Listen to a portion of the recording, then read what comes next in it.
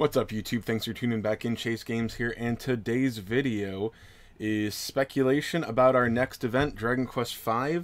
Hopefully it is here the 28th, because we have not had content for a month now.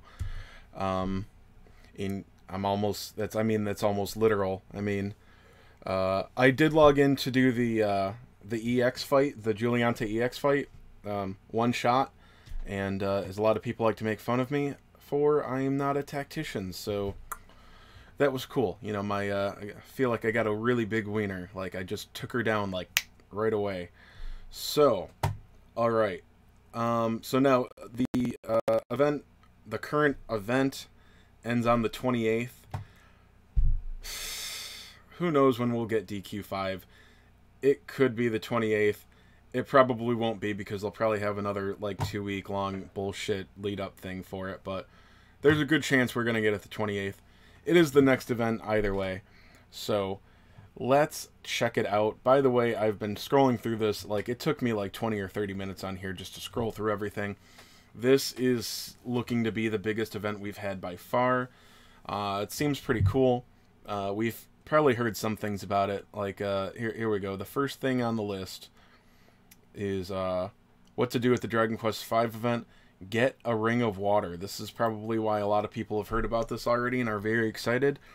Apparently, by proceeding through the event story, it will unlock a text-only chapter, it looks like, that will give us an item called the Water Ring that we can use to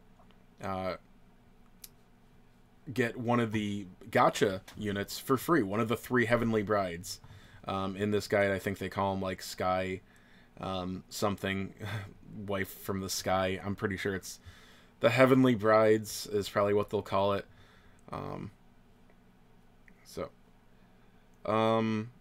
Yeah, there'll be a tab on the exchange screen, and you'll have the one ring to rule them all. To rule your wife? No. Anyway. So the guide here is saying to go for Flora Nera in English. I'll look into these ladies later, but they're going Flora, then Bianca, and then Deborah.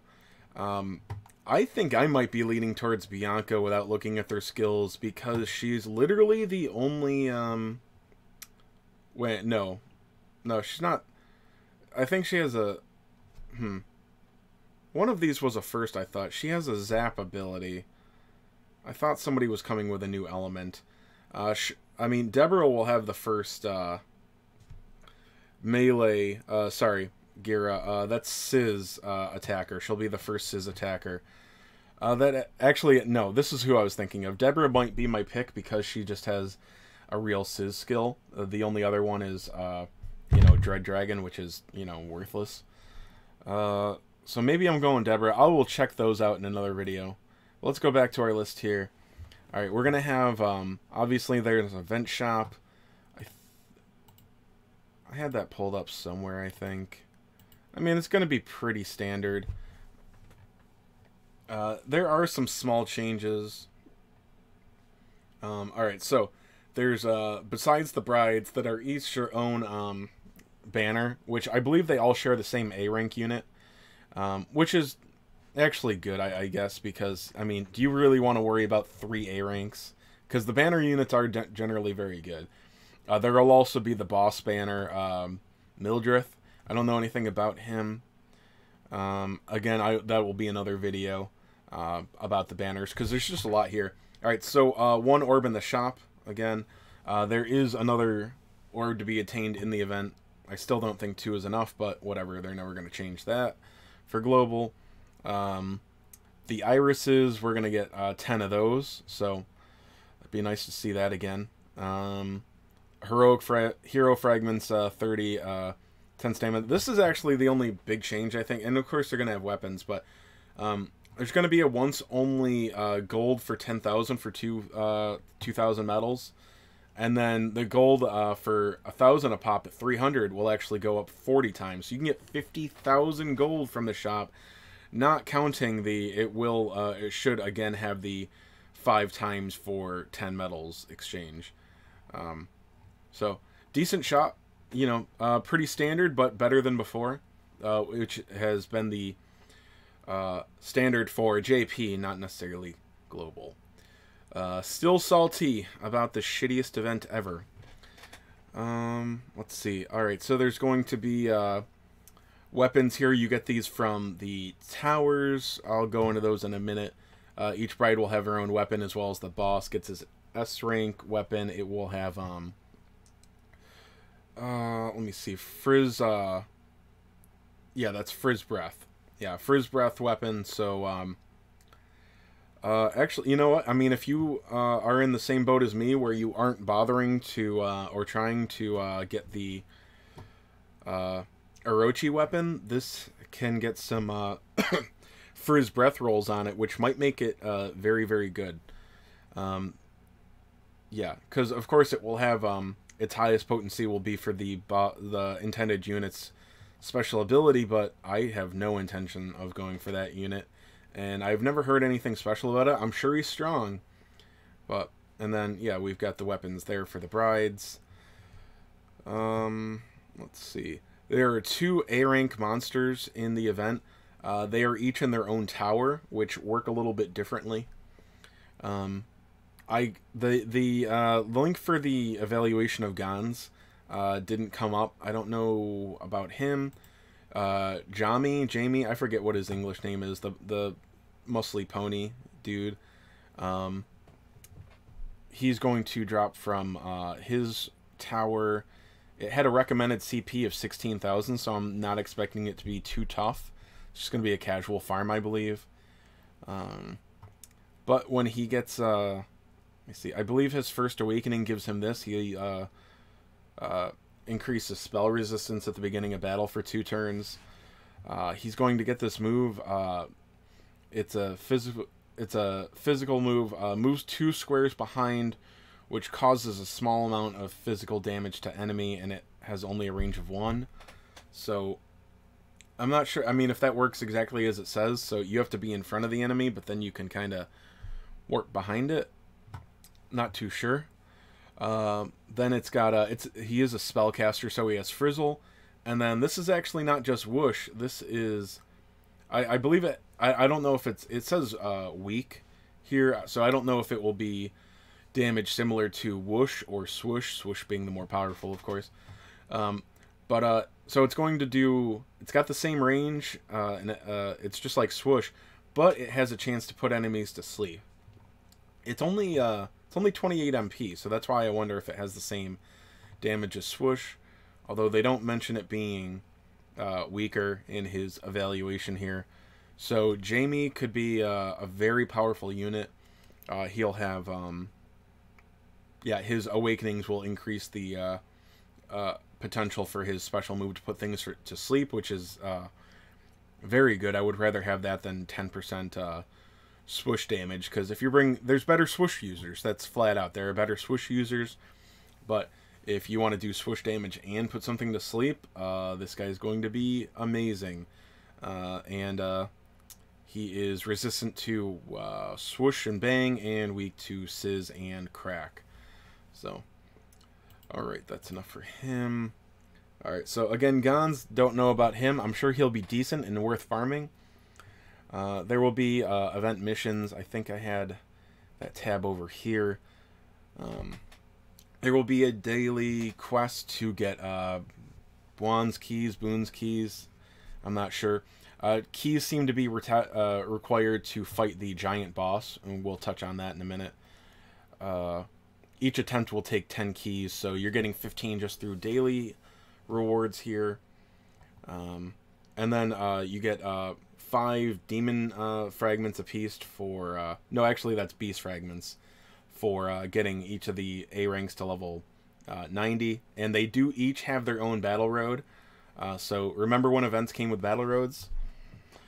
And then there are missions for each of the recruitable monsters. They call these orbiting missions. I don't know what that really means. They just show one of each, so I'm hoping that these go up, you know, to 20, 30 clears, whatever. But anyway, I don't know if they have evaluations on these guys. Okay, they do. I'm not going to touch on all of them. But I mean, these guys all kind of look cool. The B and the C rank here look cool. Candle's not bad. There's another cactus and puppet dude. The B rank version of the cool looking guy, and another cool looking Drake dude there. So yeah, so decent to average missions here. Let's see. So there's the Demon's Tower. That's where you get Jammy, and then there's guns from the Bobble Tower. Now, on that, there is a small tip here in the, what was this? Yeah, for the medals, it says that Bobble Tower 25 has the highest rate. It also says this for gold, too. It's 10 gold at Stam on B25. So if you clear everything, you have, obviously you want to go after other priorities first. But you can, if you want to spend your stamina to get the most medals possible after you've cleared the rest of the event, then Bobble Tower 25 is the way to go. And I can't remember if I saved the page, but I don't know what Bobble Tower floors 26 to 30 have. Those seem to be the highest. They do not cost Stam because they're very difficult. The first 25 floors do. And then the hard stages don't cost stamina, which is something they learned from the shitty event they had before that, even though it's permanent, didn't refund stamina yet. Sorry, that's a dig at Orochi's tower. I'm a little tired, so it probably didn't come out right. Anyway, the hard parts of the tower will be stamina free. So that's cool. And then, yeah, 25 will be the best place to farm medals. Okay, there is what they're calling the subjugation record. So these wanted tower posters seem to be, you get extra things for rewards for killing these a certain number of times. There is one for Buon. I think Bjorn is the translation name, I believe. Let's see. And that is the event. I guess you fight them in the story, and those don't count. Super huge boss battle is recommended. So yeah, he's the big super boss. Anyway, apparently you get prizes for every time that you defeat him. 10 times gives you a rainbow orb. There are 15 irises there that will be good. And then the rest are like mediocre prizes. Oh, and there's a princess robe. Did not find information about that, but there's another, there's a new S-rank armor. So, pretty cool there, and it's a robe, so I'm imagining it's something for casters. I don't know if it's only for the brides or something. That might be too thematic. And then for the Slime Knight, it's hard to tell from this wiki, guys. I'm telling you, it's very hard. It's not just English, guys. But there is a thing to clear more slimes. I believe Slime Knights. I believe he is available on B25. So when you're farming that, he'll be there. I'm sure he'll be throughout the event too. Yeah, he's in the Demon Tower too. So anyway, yeah, pretty much it looks like when you've done everything else, you can just do missions that have metal slime in it. And oh, I was mistaken, there was actually, I forgot, there's a third orb here. So there should be 3 rainbow iridescent orbs in this event. And then it will also reward some keys for the Bjorn battle, you know, a couple of graphs. They're nothing remarkable outside the Buon keys, I believe. There's a couple, it seems to be one of each scout ticket. I don't know about the big boss, if he gets one too. And then after that, it goes up to 1,500, but you can stop after, if you're just doing, you can stop after 500. After that, it's every 50 bodies just gives you 3 keys, which is not a big deal unless you are just desperate to get more shots at Bjorn. Alright, so then clear the giant boss battle. It's content for 1 person. You'll need a Bjorn key to challenge. Even if you lose, the HP of the boss will still decrease. So let's challenge repeatedly and achieve the achievement of defeating Bjorn. Okay. I don't know what we get for clearing it. I didn't think to look for that. Oh, the rewards, alright, gold, and, alright, so there's a normal and a hard, apparently. And you'll get the princess robe as a prize, the hard dropping 8 of them compared to the normal's 1. So I don't know if this is something that we're going to only be doing once or twice, but we will find out when it gets here. The jewels are really... I'm so beyond needing those. It's just all about Iris now. I don't think I will ever be starved for these for a long time until they change Iris drop rates. Because I've got well over 1,000 of everything right now. Let's see. If you don't have the optimal positive monsters, such as... It will take about 8 times to defeat hard. If it is normal, you can clear it with 1 or 2 challenges, so... Alright, so it seems like you can just go normal first, and then hard... Like, normal will only take a couple of keys, I guess, and then hard will be tougher without the right characters. We'll see what that's like when it really gets here, but... let's see, I think I went away from my list. Alright, so there will be a special battle with the brides. I don't know, but I'm probably not going to care. I don't think there's a big prize for it. There is a mission to clear it by putting Jami in your party, the big muscly pony. You'll get an extra 2,000 medals for it, but if it's like the other things, it's probably going to be a fight with bullshit difficulty for, 50 gems. So pass on that from me, but if you guys care about icons, there you go. Oh, you get a Mindini bride icon and a Magellan... Oh, Magellan with the hero's outfit. So those are pretty cool icons. But yeah. Priority... I don't even know what this is. I think this is just the best place to get medals in priority. Let's see. Yeah, it's just telling you to awaken the A ranks. Yeah, get your weapons, collect the B ranks. Yeah, they're all in the tower. So I don't know, the story event might be short, or it's pretty much just for